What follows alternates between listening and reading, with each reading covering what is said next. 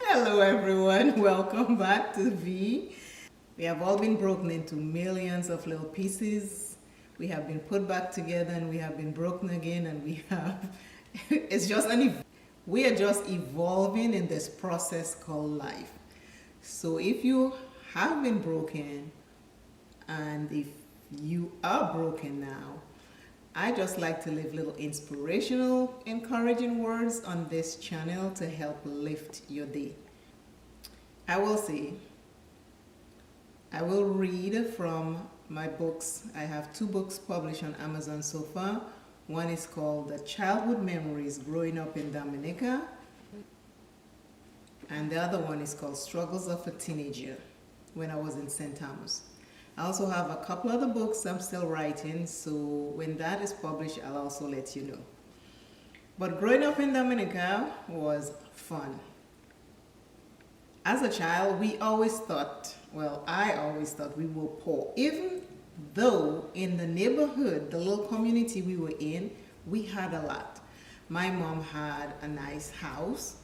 We had a fridge. We had gas stove, we had kerosene stove, we also had an outside kitchen where we do wood burning. So we had a lot. But to me and to the other kids in the area, we were poor. And it's not until years later, my sister and I, we still talk about it every now and then. We say, isn't that something? Here we thought we were poor. All this time, we were not poor. All this time we thought we were poor. We were never poor. We had a fisherman in our little community. He used to go catch fish. Lobster, shrimp, you name it, red snapper. When he comes, he always makes sure the community buys first before he goes out and let everybody else know that he has fish for sale. Once the community get theirs, then the rest of the people get theirs. But as little children, this is what happens. We think that because we live in a country different from the United States, or back then it was the big place. Back then, the big places that people went to was St. Thomas and England. So it was like, okay, none of us going there in anytime soon. We're kids, so we're poor. And we were not poor. I learned so many things in my short time being in Dominica. I learned how to go catch shrimp. I went and catch shrimp with my friends down at the river, and we would have a straw basket. One person would take the straw basket and put behind the rock, and one person would lift it up, and somebody else would drive the shrimp to the basket. Or if it was just one person doing it, you figure out how to hold the basket, lift the rock, and get the shrimp in there. And as because the basket is a straw basket, as you lift it up, the water drains out and the shrimp stays inside.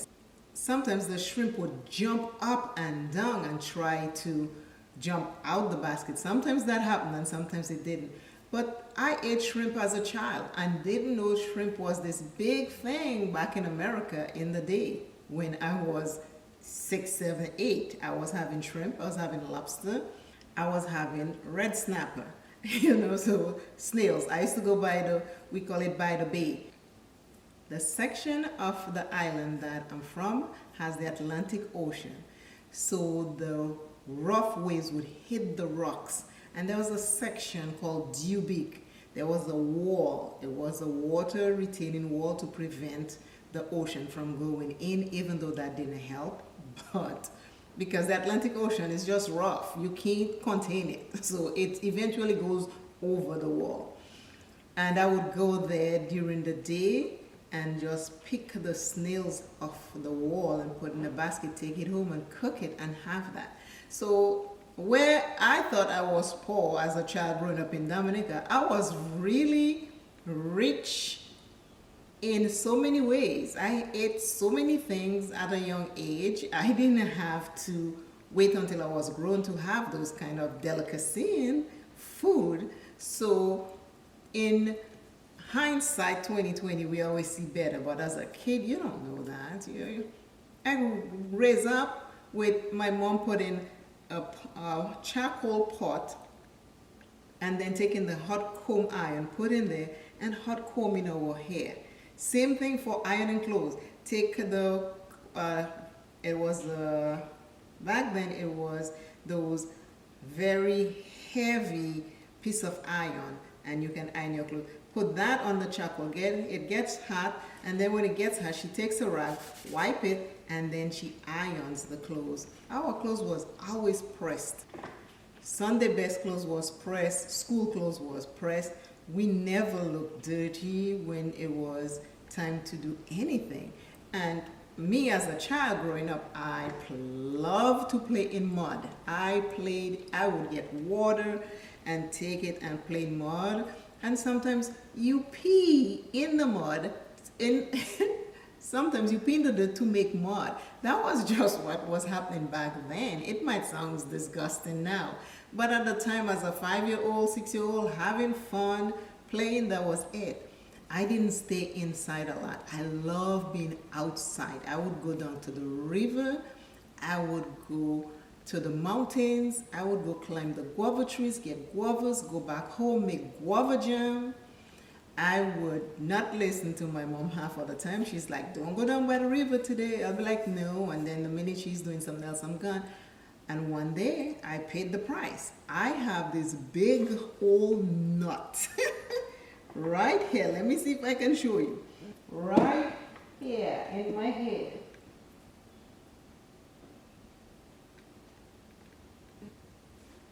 For not listening. I did not listen. Vilna, don't go to the river. Okay. She went for a nap because she was tired. Because back then people wake up like between 4 and 6 in the morning. Go to early service, church service during the weekday or the weekend, and then head to the farmland, which we call the garden. So she came back by 12 and she's tired because she needs a nap before she starts preparing supper. My mom was a single woman, and I tell you, soon as she lay down, I was gone. I got down there, have fun, jump. We used to tie a big rope on a tree and swing from one side of the river, and on the way back, we jumped right in the river. And that was fun. And there were big rocks all around. You can't afford to fall. Don't fall because you'll kill yourself. And then there was this huge, big, flat stone. And then it would have sea moss, it would have like the slimy moss all around it. So you're always careful, but it's huge. As a kid, it's a big rock. And we'd sit after we come out in the river, would lay down on there because it's nice and hot from the sun so you can dry up. And one day, not listening, went to the river, did my thing. Now I'm getting ready for us to leave. And I went, slipped right over, came down, boom. That's how I have this thing in the back of my head. It's a huge one. One big slit. There was blood everywhere. I got home and my mom bit the crap out of me, telling me, you need to learn to listen. You're too hard-headed. And then tell me, head up to the hospital. The hospital was far. I just walked all the way. She tied it. And I walked all the way. When I get there, the nurse is like, how many times am I going to see you? Because I was climbing a tree, I was wrestling, I was always doing something. I was very active. So she gave me one stitch, sent me home. On my way home, when I get close to home, everybody out playing skipping rope. I am there skip roping on one leg, jumping up and down, having fun. Until I saw my sister walking this way, she said, I'm just going to come look for you because Mom said, it's been too long, you've been gone too long. But that was known for me. I would go, I'd meet people, I stop and talk, have fun. That was just what I did. That's my personality. Because growing up, I always wanted to be a nurse because I wanted to help so many people in my little village. And then as I get older, and I went to CNA school. I started doing CNA, and then I was about to go for the LPN, but I couldn't stomach needles because I've always been afraid of needles, so I dropped out of that class. But in that, I also always like to give people advice, always like to help people, always like to guide people, because I was born with this certain thing within me that just pushes me to do that, to help other people, give other people advice, guide other people. So that is my true soul calling nature. So when I am talking to you or telling you something, it's not something I just think of. This thing's been in me forever. It just flows when I start talking. It's not something I have to say, oh, let me read up on it. No, it just comes out because it's something I've always loved to do and want to do. But growing up in Dominica was fun. We had lots of rivers, lots of coconut trees. I used to go down to the bay, look under the tree for coconuts, for a dry coconut that fall, take it home, have my brother cut it up or I cut it up, and then grate it up in a grater and make something we call tablet. Sugar, cinnamon, nutmeg, brown sugar or white sugar, whichever one that was available at the time, and you put that to boil with the coconut, and as it starts drying it becomes thicker and it caramelizes. And that was, I did a lot of stuff. I know how to make jam, I know how to make tablet, I know how to make coconut cheese.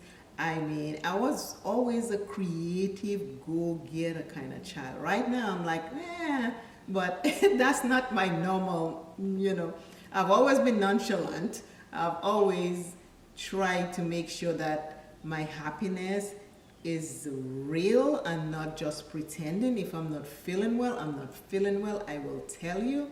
But I don't believe in pretending, because when you do pretend, you can only do that for a period of time. Eventually, you will just be you, and other people will see through you and realize, why are you such a fake? And sometimes you might mislead people because of the way you show them who you are.